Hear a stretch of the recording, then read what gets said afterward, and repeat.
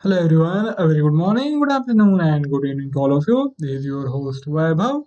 I have been trading and investing in the markets for many years now. I started way back in 2014, and with these passing years, I have been able to learn new things, new strategies, new ways to be able to understand the markets and make money to the fullest extent.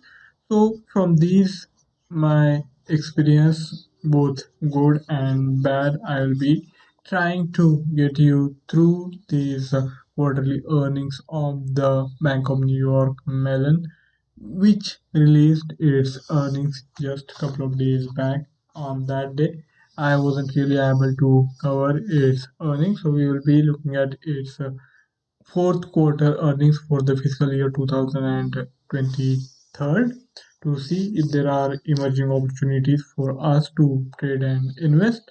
The Bank of New York Mellon, the BNY Mellon, is an banking as well as non-banking service provider.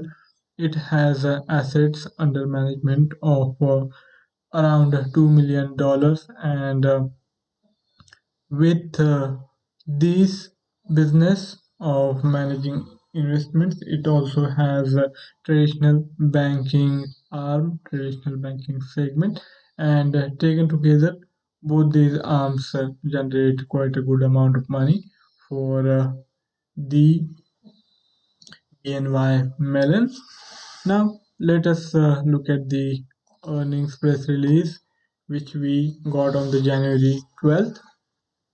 The fourth quarter for the company wasn't really that good from point of view of quarter on quarter as well as year on year, simply because no matter how you calculate, it has seen decline in its revenues, and that is, I think, because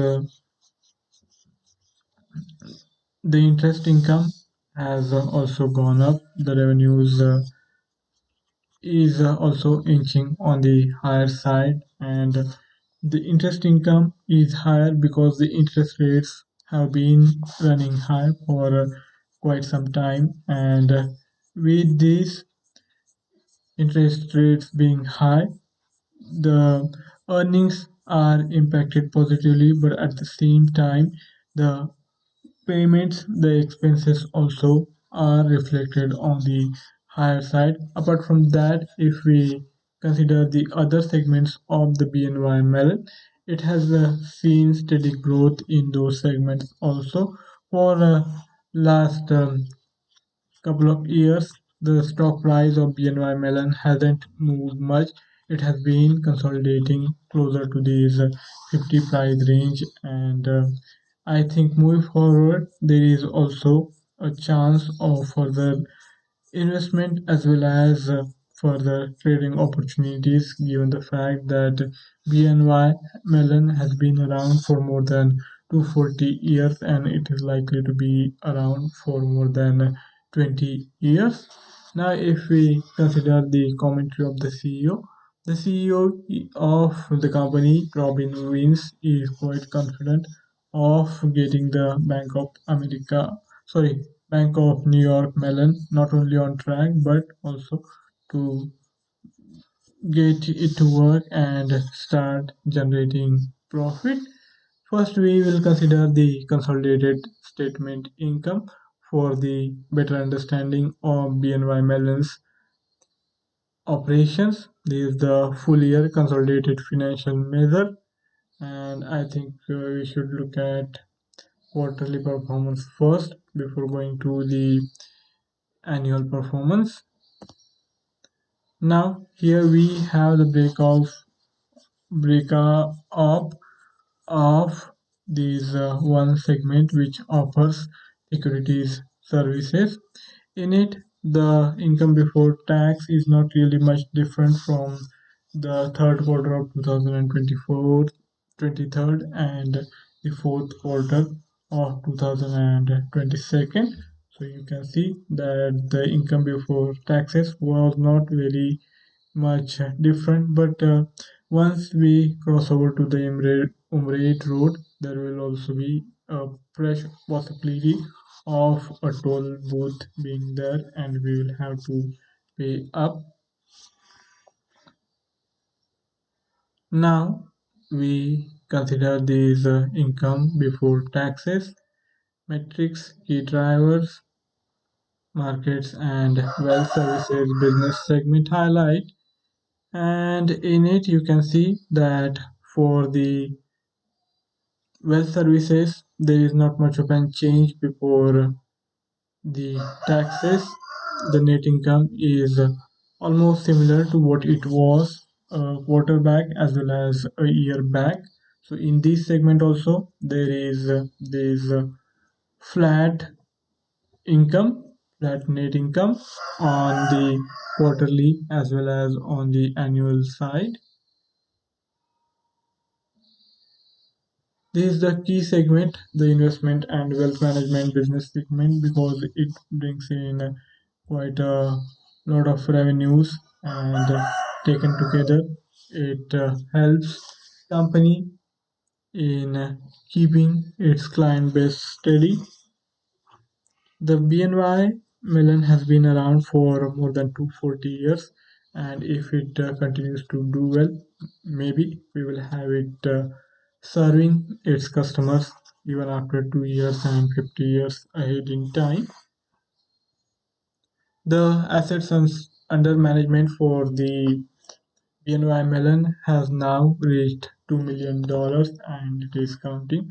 There is likely to be further growth in coming quarters, in coming years. Now let us look at the consolidated statement of income,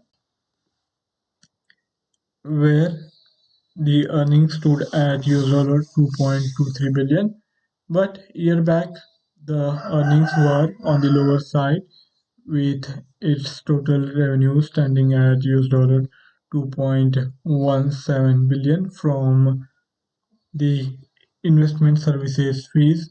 And if we consider all the four verticals together, then we come arrive at total revenues for the quarter, and these revenues are not really much different from the revenues a quarter back as well as a year back. Scenario of the BNY Mellon's earnings not really changing much. We have seen that the net profit has reduced considerably, and that is mainly because even though the interest earnings were higher, the expenses paid for the operations and the handling of the AMU business have also been one factor why there has been higher expenses.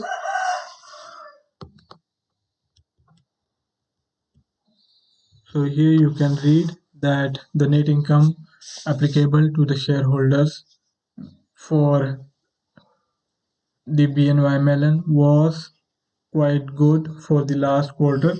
For the third quarter, which ended September 30th, where its net income was just little shy of $1 billion, but now it is only one fourth of that figure, and that has also dampened the investor sentiment. Even if we compare the last quarters, that is fourth quarters 2023 earning, these are even half of what the revenue was being made by BNY Mellon a year back. So this is a bit disappointing, but it hasn't had much impact on the share price of BNY Mellon. It is still continuing to rise, and I think that is because the interest rates are likely to reduce, the Fed is likely to act, and that will be better for the earnings of the major financial institutions, and there will be this positive impact of that. But apart from that, we have to be cautious, and given the fact that BNY Mellon hasn't been appreciating much, and even if we longer term view of BNY Mellon, its share price hasn't really breached US dollar 60 mark in recent years. It has been consolidating with bullish bias. Even in the current scenario, its phase is bullish, but whether it will trading on these elevated levels of close to US dollar 55.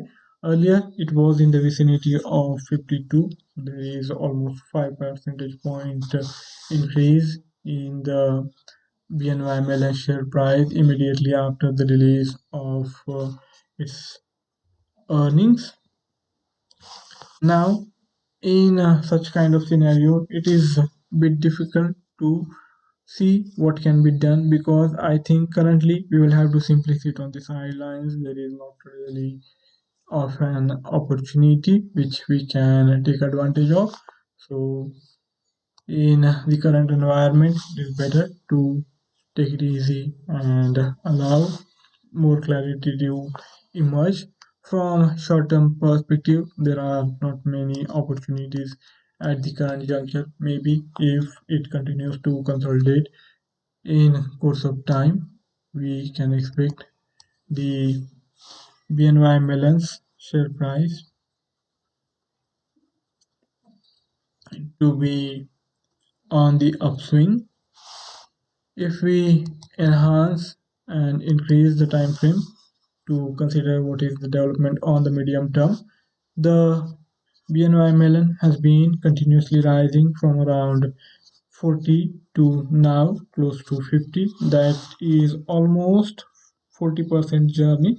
I'm not being precise here, but almost 40% journey. And if it continues to consolidate with this bullish bias, in this rally, we can even expect the price level of around 60 being reached.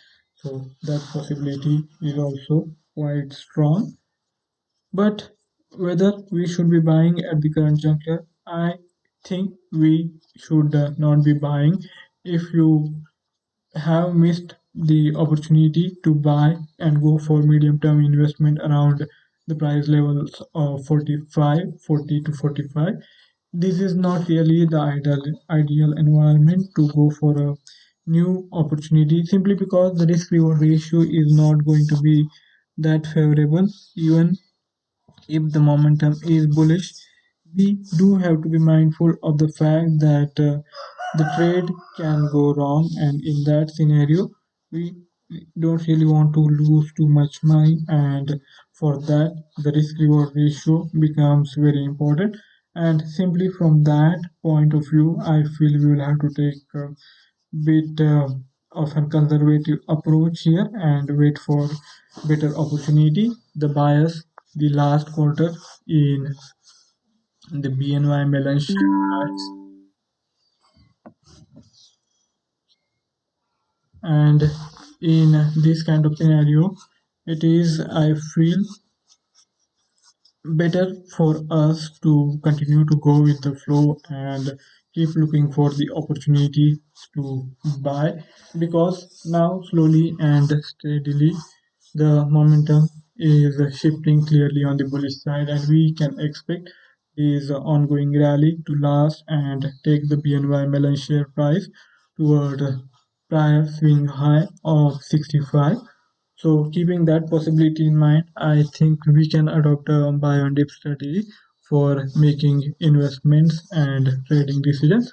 So from all these three different time frames, the momentum is clearly bullish. The only thing is to go for favorable risk reward ratios and go for the trade where and when you feel that now there is good enough risk reward ratio and you can take advantage of the arising opportunity. So that's my take looking at the lower time frame, the short term, medium term, and the long term charting, and the fundamental report, the quarterly earnings of the BNY Mellon, in which the business is looking good and the technical charting is also on the favorable side. The only thing is we need to keep looking for the opportunities with better risk reward ratio, and we can take advantage of this bullish bias prevalent in the BNY Mellon shares share price. Now it's time for me to sign up to wrap up the session. If any of you have any query or any idea to share, do write to me in the feedback, and I would be more than happy to take the discussion forward. Now it's time to say goodbye. I will be back tomorrow with equally interesting firms, quarterly earnings to work with. See you next time around. Till then, goodbye.